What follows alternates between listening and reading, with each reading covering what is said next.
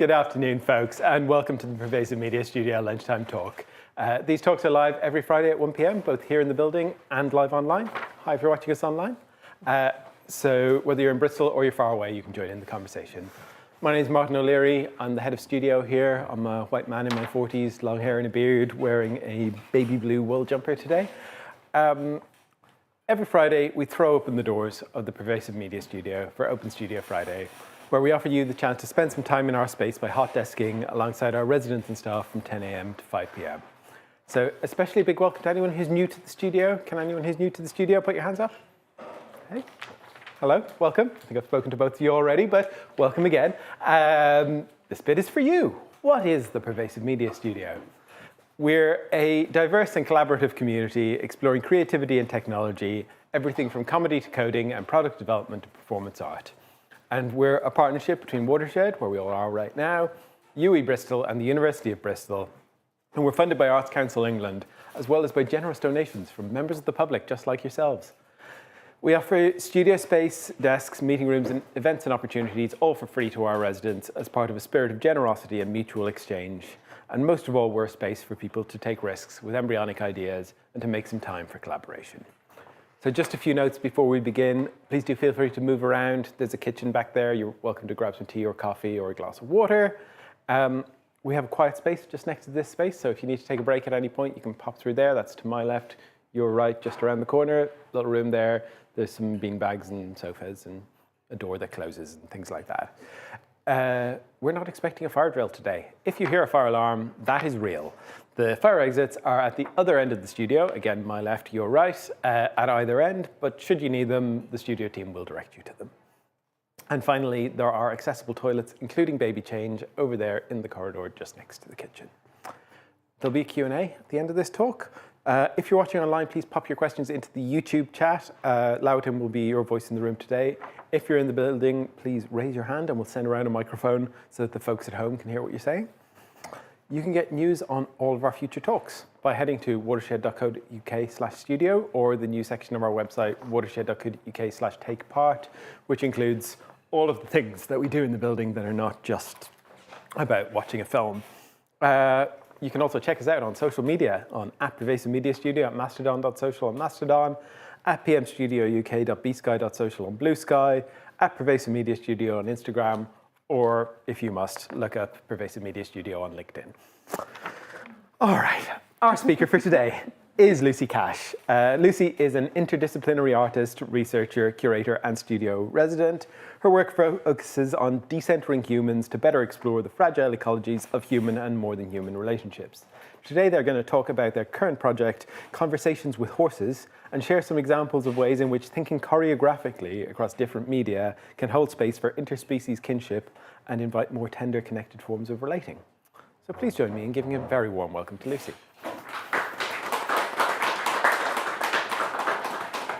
Thanks so much for that introduction, Martin. And thank you to Pervasive Media Studios for inviting me to talk about my practice. My practice cultivates unconventional forms of collaboration and shared authorship with other artists, elders, experts, children, and more than humans. Thank you for being here, or maybe for being online. This talk will, as Martin said, share some thoughts about thinking choreographically, interspecies practice, and a current research enabled by an Arts Council DYCP, Developing Your Creative Practice Award. Just a quick few thank yous in relation to that award to people who've been helping me with talking to me about their expertise with horses and equine therapy, and generally thinking through interspecies ethics. So those people include Florence Fitzgerald-Alsop, Ellie Williams, Ellen Weir, Leonie, Chloe and Alex Sayers, Kathy Costello, Sarah, Philip Sianik, Linda Kahanoff, Elaine Tiley, Ellen Weir, Lindsay Lonsford, and the members of Bell's Fan Club, who is an artist group that is 5 members and who irregularly meet and talk about practice.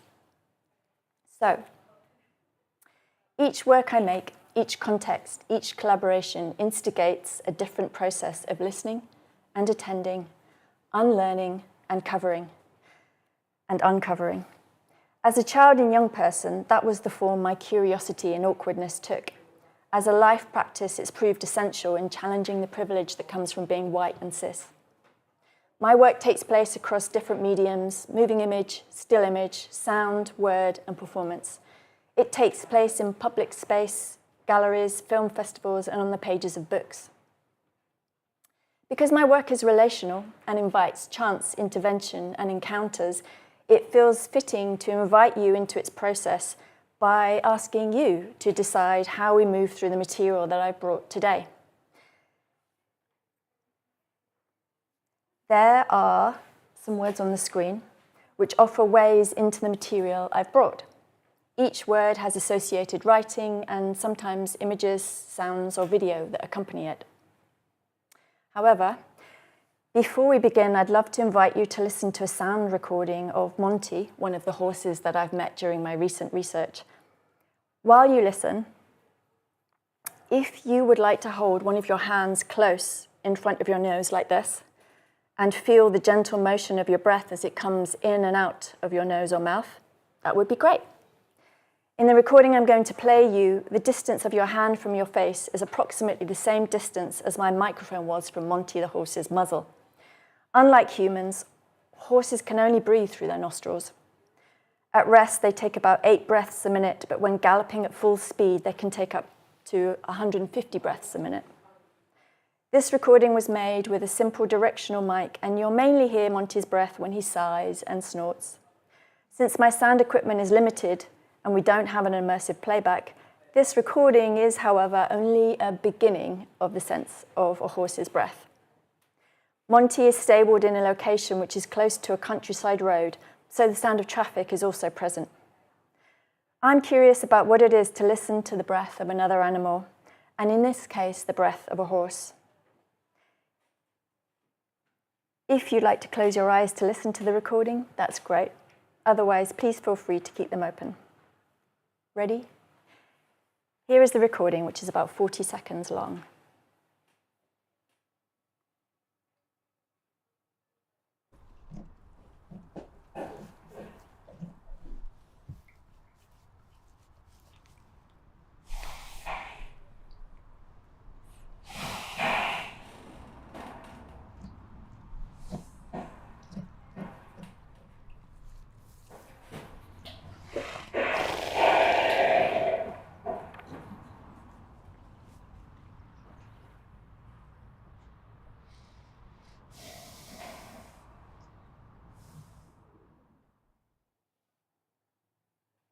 Thank you. So here are those words again, and I should say that we only have about half an hour or so there's no way we're going to get through all these things, and that's part of the fun and the chance and the risk of this. And I haven't done this particular configuration of words before, so I'm looking forward to whatever happens next. So anybody can feel free to choose one of those words, and I will attempt to jump in. Attunement, yeah. Funnily enough, that happened by random to be top of my pile. Thank you. So just a very quick note about attunement, and it's great that you picked that word after listening to the horse's breath, because one of the things about horses is that they are prey animals, as probably you know. And being a prey animal means they are very, very sensitized to attunement with surroundings, with other animals, including human animals that they might be close to or they might perceive in the distance. Horses have very complex and sensitive nervous systems. And one of the things that is emerging in research is that actually there are quite some correspondences between human nervous system and horse nervous systems. And one of the very initial prompts to begin thinking about doing some research in this area of reciprocity, in this area of attunement with horses and humans, is the fact that after all of us living through a pandemic, through my work, I became really aware that many, many people's nervous systems feel like they are on higher alert, that they find it more difficult to go into a quiet resting state. And I thought that it would be, come on in. I thought that it would be really interesting to find out what we might be able to learn from an animal like a horse in terms of our own nervous systems, and whether there could be ways that horses might help us think through how we can help each other attune more sensitively, and how we might learn to more productively soothe ourselves, maybe in a social context, and maybe not only within a self-care context. I am just really dipping my toe in the water of equine therapy, but one of the really key, amazing facts of equine therapy is that being and relating to horses can be therapeutic in many, many different ways. And there may be, people in the room who know much more about this than I do. But what I have learned so far is that that therapeutic interaction can be immensely supportive for a whole range of physical and emotional and mental conditions. And there's probably, people might be familiar with the way that ex-veterans, for instance, have spent time with horses and learnt to regulate their nervous systems. And people with trauma have done the same. And there are quite some different equine therapy organisations around the country who are working with a range of different people, including young people, including people, as I say, with complex trauma issues. And one of the things that happens is that horses, because they're so sensitively attuned, if I were to step into a paddock or a field with an equine therapy horse, and let's say my nervous system was very activated, but I was trying to suppress that and present a kind of surface appearance of being very calm and okay in myself, then the horse would let me know that actually really underneath I was very activated. I was dealing with an emotional state that I wasn't acknowledging to myself. And it's that revelation for a person from a horse that we are not acknowledging or in tune with an internal state that is so incredibly valuable. Next word. Great. Thank you.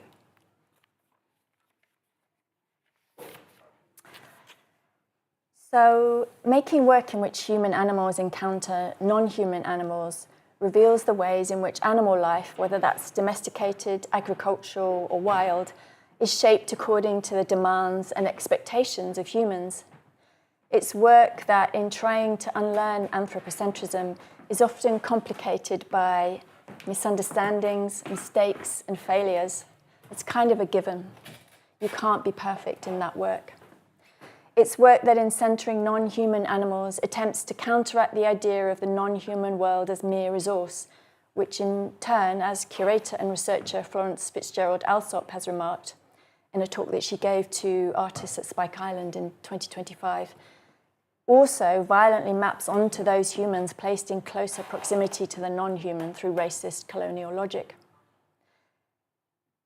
She goes on to comment that potentially contemporary art practice can offer an experimental context in which to practice attending to, resisting, challenging, subverting, and otherwise inhabiting human-animal relations in order that dominant power relations between humans and animals might be somewhat shifted towards the animal through careful, attentive, and affirmative practice. So what Florence has so brilliantly articulated that I'm stumbling through my work is unpacking and thinking about how to overturn human dominance, how to give space to, give thought to attempt to feel into the state of a non-human animal as a human animal. The two projects that I've worked on that centre relationships with animals have emerged out of a set of circumstances involving human collaborators with either a deep knowledge of a particular animal. For instance, I've worked with artist Mark Jeffrey on a project with cows, or in the case of my horse research, which has also involved Andrea Buckley, who's a dance artist and is currently caring for an elderly horse, and who has a deeply engaged learning process exploring the possibilities of mutual exchange with that horse, who's called Louis, who is in the same stables as Monty, who you heard earlier. Those two things are really important because those humans are decentering themselves in relation to the animals they're working with. So it's setting up a context where already humans are decentered. And something I think about a lot is one of the issues of being human, of course, is taking for granted the primacy of always being the most vocal person in the room because of being able to use language. So those two projects involve animals directly. However, not all interspecies work needs to. And in fact, there's a really, really brilliant book which is edited by Florence Fitzgerald Alsop and Laura Carlo Machlahi. And I have a chapter in here with Mark Jeffrey and an amazing cow linguist called Leonie Cornips, who I hope we might get to a bit later. And the book explores a whole range of work, some of which directly works with animals and others of which kind of relates to animals but indirectly. So I wanted to just mention Una Chodari, who is a pioneering scholar of environmental humanities and performance. And she proposes that contemporary work that features interspecies performance might not always include live animals, but instead have a concern with actual animals, a commitment to acting on behalf of or creating change in the lives of animals, and therefore contributing to non-human knowledge of non-human animals, which in itself creates a sort of productive crisis, because it's only relatively recently that humans are acknowledging just the range of sentience that non-human animals have. And so to foreground non-human knowledge about non-human animals feels like a really productive thing to do. Next. Where are we? Great, thank you.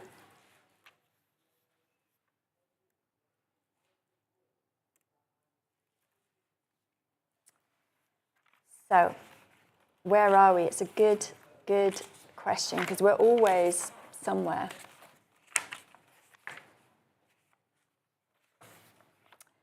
In this context, we're together in a Friday lunchtime talk at the Watershed, and we seem to be sitting, and I'm mainly talking, and you're mainly listening.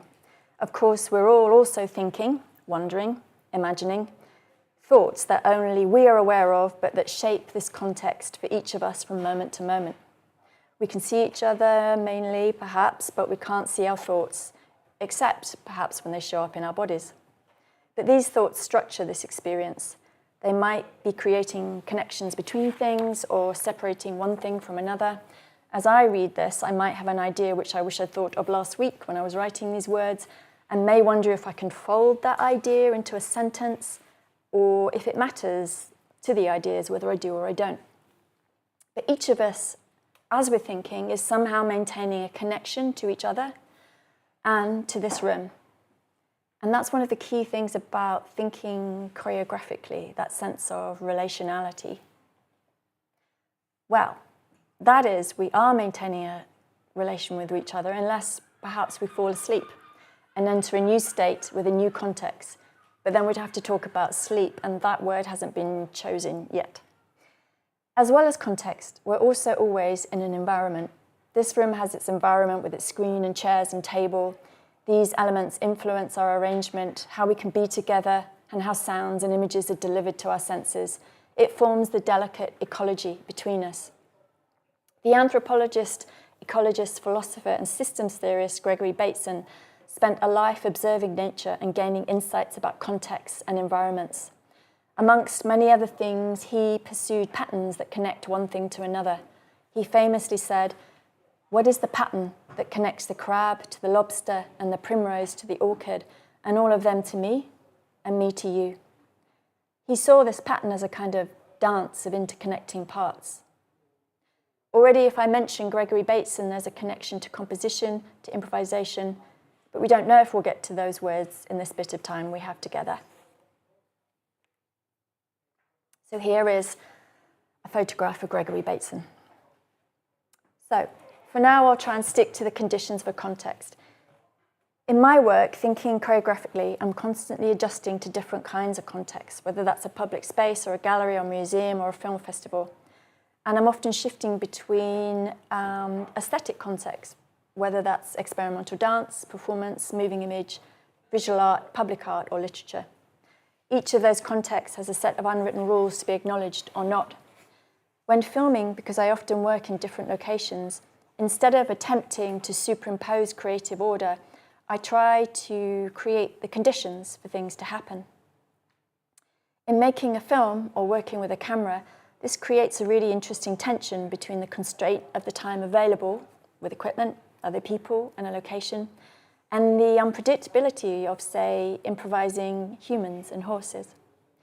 The conditions of weather and the daily patterns of taking care of horses, some of whom are healthy, some of whom are recovering from severe illness, and all of whom have different ages and personalities. These all form part of these conditions. With all of these unpredictable elements, it's a fine balance to follow a line of thought or a creative score. When do I hold on to this line of thought? When do I let it go? The environment that I filmed in for the research project for my DYCP is not as stable as such. Two people, Julie and John, own a large site on the Wirral in Liverpool where they live, run their architectural salvage business, and care for a herd of 4 horses. Here's a kind of glimpse of that yard. The horses are Louis, who's the eldest at 26, Monty, who is 16, Dusty, who is 2, and Bailey was also there until recently. Bailey was a yearling, but really sadly he died a few months ago. Julie rides Monty, but the other horses are largely unridden. Julie follows natural or trust-based horsemanship, which is a collection of practices that, rather than subjugate horses, work with horses in a collaborative manner. And one of these techniques is called the Pirelli technique. This approach is underpinned by contemporary scientific understanding about the sensitivity of a horse's nervous system, which, as I mentioned earlier, developed as the horse's response to being a prey animal. Now, this was a really important context for me, important to wanting to work in an interspecies manner, because I find a traditional approach to horsemanship with its use of language like breaking in violent and repellent. And I don't have experience of riding horses as a child, apart from once on a holiday as a young child, I think somewhere in Devon, and it was an hour trekking with horses, and I was on a horse's back. The horse bolted, I got thrown off, but got straight back on the horse's back, so I never developed a fear of horses, which is great. The horses have a shelter which is open on one side, and as you can see, a bright orange rope marks a boundary so that the horses respect each other's spaces. In this unconventional context, Julie and John were really glad when Andrea came to help tend to Louis and the other horses, particularly because Louis is 26, because his hooves are no longer have horseshoes on them, they need very regular daily care. So the element of tending and attending to Louis's feet and learning how to do that and learning how to make him comfortable is a big part of the practice that Andrea has. Next word. Oh, yeah, sorry. Gosh, yeah, I need to show you the words again, don't I? I remembered. Time, yeah, thank you.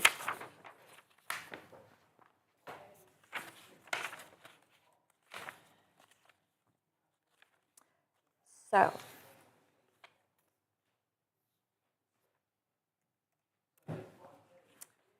time.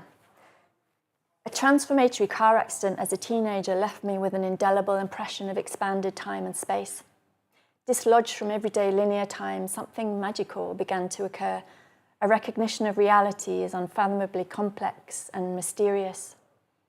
It took me many years to realize that this was an out-of-body experience and that this had altered my perception of time. And in the moment of the accident, I had no idea what was happening. Only later did I notice my fascination with film's depiction of slow motion and the ways in which all of us can experience time differently. Only then did I begin to realize that this occurrence had left a very deep impression in me, and a deep literal impression in my bone structure, subtly altered, and an impression on my nervous system. Even sitting here just now, all of us are constellations of time, differing in rhythm and speed. The swirling motion of your heart's vortex creates the pressure of your blood flow, and the contraction and release of the muscular wall of your heart creates its beat. And then there is the time of your lungs as they inflate and deflate. These are the timings which, if we quieten ourselves to focus on them, we may glimpse their durations. But then there are all the other barely perceptible timings, from circadian rhythms to digestion to the hundreds of chemical and hormonal interactions that make up our body's lived technology, as well as the speed and rhythm of our thoughts as they dart between past, present, and future. All of this alongside ways in which chronic illness or disability challenges a conventional understanding of time as a linear, uniform phenomenon experienced by all of us in the same way. And we know that's just simply not true. John Berger wrote, "Time, as Einstein and other physicists have explained, is not linear, but circular. Our lives are not points on a line which is today being amputated by the instant greed of the unprecedented global capitalist order. We are not points on a line. Rather, we are the center of circles." He also wrote, "Meaning and mystery are inseparable and neither can exist without the passing of time." In his book, Sculpting in Time, the filmmaker Andrei Tarkovsky uses a description of movement to speak about how we perceive time in a shot. He said, "Just as from the quivering of a reed you can tell what sort of current, what pressure there is in a river, in the same way we know the movement of time from the flow of the life process reproduced in the shot. So the movement of the reed above water, its quivering, tells us about the energy and flow of the river underneath. I can never know the answer to this, but I wonder how the speed of vehicles passing around the yard alter the horses' sense of time who live there. When we liberate time from its linear shackles, there are so many kinds of time to experience. Memories time, lung time, heart time, hope time, liver time, the time of the spine, the time of a muscle's twitch, a synapse firing, or mitochondrial message, the time as rain starts, as it stops, the time of hair growing, the time of being in flow. Time is experienced by a butterfly or a snail, starling or elephant, time for a glacier or volcano, time of distant stars, of light. Where Louis and the other horses are stabled, there's both a railway line and a busy country road. Cars regularly speed along the road in one direction, and in another direction a train can be seen passing through a gap in the hedge every once in a while. The contrast between the speed of these moving objects and the speed of the horses opens up a curiosity for me. I've started editing the cars and the train and thinking about this sense of speed in relation to the quiet stillness of the yard.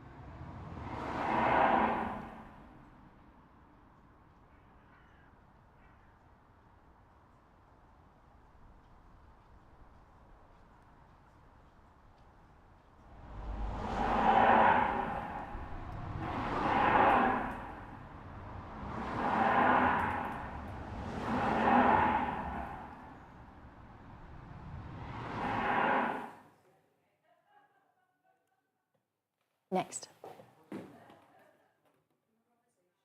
Great, thank you.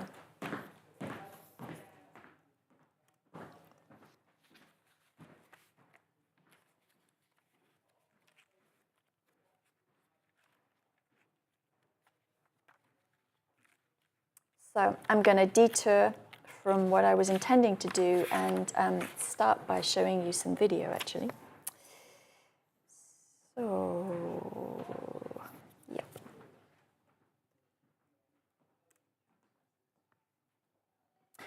So this is a little moment of research with Andrea, the dance artist who I mentioned, who is looking after Louis, the horse. And Andrea's practice is as an improviser, and she's also trained in somatic practice, including Rolfing bodywork, which is a therapeutic form of deep, very deep realignment of the tissues. So touch is really important to her.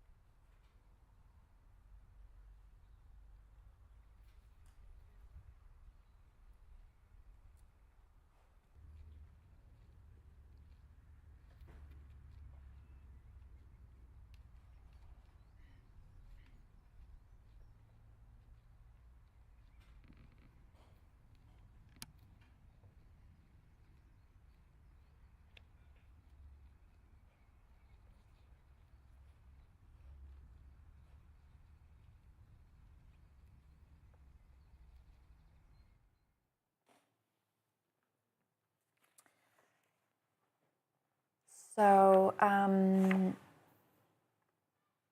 my first encounter with improvisation was through contact improvisation, which was an important part of my physical practice in my 20s. And I was lucky enough to live in Liverpool at the time and meet improvisers like Andrea, who you've just seen moving, and other very established improvisers like Scott Smith and Charlie Morrissey. But after a back injury and having begun making my own work, I became focused on composition and choreography in relation to improvisation. So what happens when you reframe improvisation as real-time composition, which is a term coined by the Portuguese choreographer João Figueiro?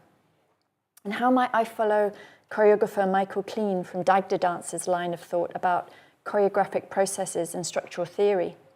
Michael Clean draws on philosopher and anthropologist Gregory Bateson, who we saw just a moment ago. Gregory Bateson's idea is to consider a fundamental shift in thinking about choreography away from acts of structuring and arranging information in time and space, superimposing order onto a seemingly inactive and passive world, towards a recognition of interconnectedness, the creative act of setting the conditions for things to happen, and the choreographer as the navigator, negotiator, and architect of a fluid environment that he or she, himself or herself, is part of. Following on from Gregory Bateson's reading of nature, Michael Clean suggests that a basis for choreography might be an aesthetics of change. I once worked on a film project in Havana, Cuba. The Cubans had the term inventos to describe daily objects constructed out of bits of raw materials and other objects, and which stand in for essential items that can't be purchased or are too expensive. These object improvisations create many variations which individualize people's living spaces in striking and often humorous ways.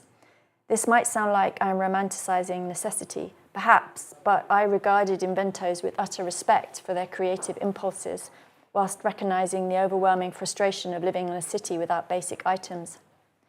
When I returned back to the UK, I certainly upped the level of my home repairs to include more gaffer tape.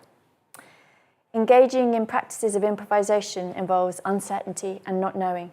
There's both a joy in surrendering control or surrendering preference that, for me, takes me out of my head and more fully into my body. Can we get comfortable with uncertainty? That seems to be a key question that we live with now. Not only is this project conversation with horses foregrounding improvisation between species, but also many of its elements involve improvising as acts of care, as I've mentioned, with Andrea taking care of Louis's feet. Working outdoors and navigating the needs of the different horses and their daily schedule of feeding, as well as the weather and the trust of horses with the camera, creates a shifting pattern of elements that require a continually nuanced, shifting response. So, just a few moments ago, I showed you that improvisation with Andrea and Louis, and I wanted to show you another little piece of video documentation of an improvisation that Andrea did in the space in which Louis is usually present in the stables, but when he was out in the field grazing.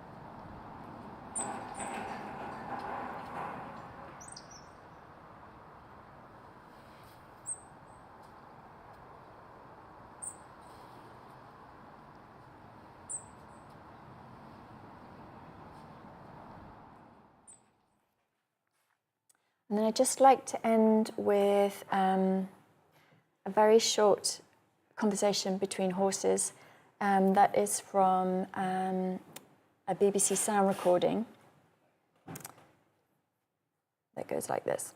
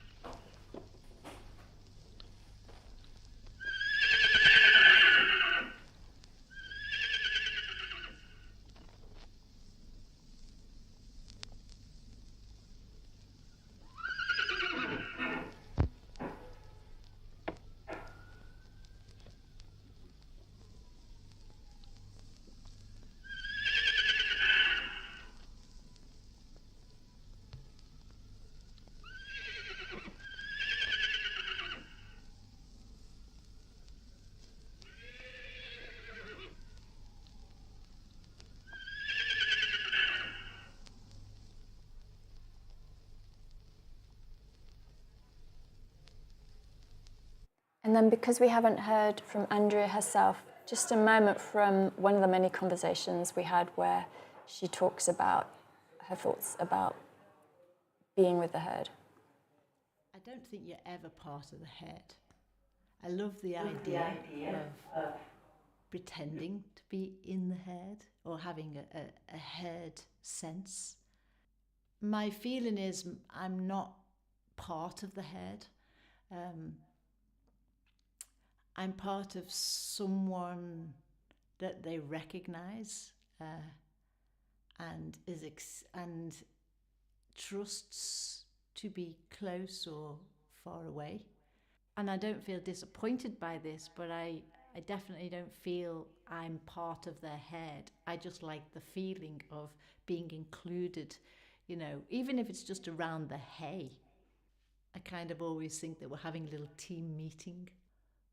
You get a sensation of what it's like to be grazing, especially in the grazing, so in the eating of grass.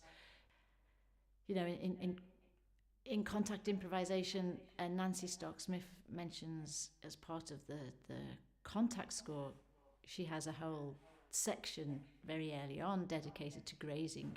And grazing in the contact improvisation score is that you are kind of just weaving in and out of the spaces of the group. You're not touching, you're not necessarily even engaging in any kinds of conversations, but you're aware of who the people are, what the space is. So I guess in my background, the grazing has gone on a deeper level because you really feel when you are your presence influences or shifts or is included or is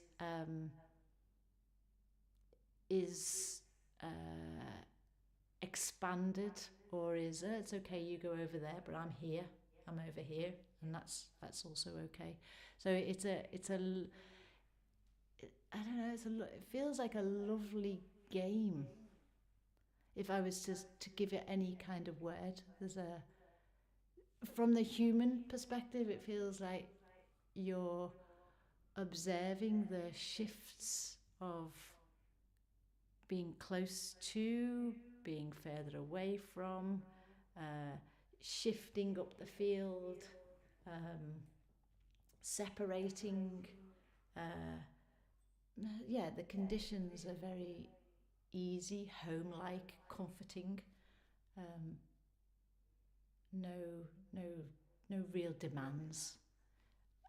I would say that out of all the senses, I would say that the one that I've worked on most is my touch. How you touch, when you touch, what's the right moment to touch. You don't always get it right, but you're navigating through that sense in a way, and you practice it, and it becomes more and more attuned. I would say over the years, it's been the touch that's been my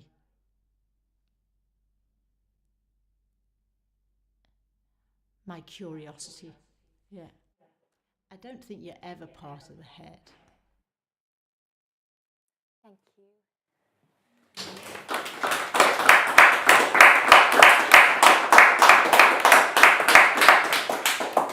Do we have any questions? I think we've got time for one or two quick ones. Yep. Thanks for the very interesting talk. Oh, thank you. It's interesting the last little clip of communicating with the touch. I was going to ask the sort of general ranking of their senses matched against our ranking. Uh-huh. I mean, dogs and so on hear at different frequencies and so on. I just wondered if you could give us some insights into the sort of the horse-human sort of sense physiology profile. Oh, yeah, that's such a great question. I can give a little information, but as I say, I'm not an expert. So what I've learned so far is that, probably not surprisingly, hearing is an incredibly sensitized sense for horses.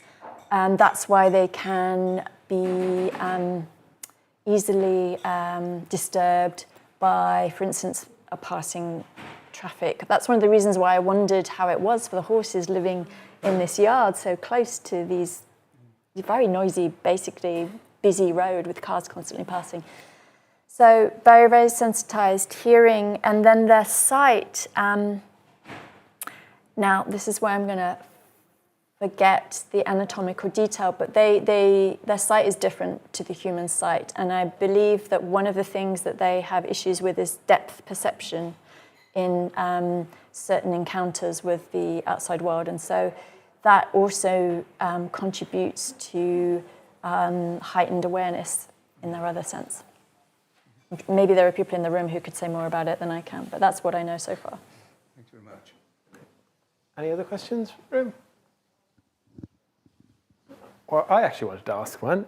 So one of the big issues you see with communicating with animals is like people projecting their own understanding of the world onto it. You know, people who imagine their cat can understand every word that they say. I was wondering how you approach that and think about that when working with horses, and you know, how much of what you're doing does the horse understand? Yeah, it's a great question. And ultimately, one answer is going to be it's unknowable what the horse actually understands from what is happening. However, I just want to kind of try and tease apart what I think you're very rightly referring to, which is the human tendency to project onto and anthropomorphize animals, which I've come to have a different feeling about as part of this research, actually. So probably in the past I would have disregarded it, thought that was generally a bad thing to do. But now I'm beginning to understand perhaps that's an interim state where we're attempting to make an empathetic connection to an animal. And as long as we don't assume that that projection is actually correct, then maybe it's how we as humans in our limited capacities make a step towards understanding another being. And then another answer I would give is that, like any relationship, if you spend a lot of hours, as Andrea is spending with Louis, in non-vocal communication. So because Andrea has a very sensitive touch, which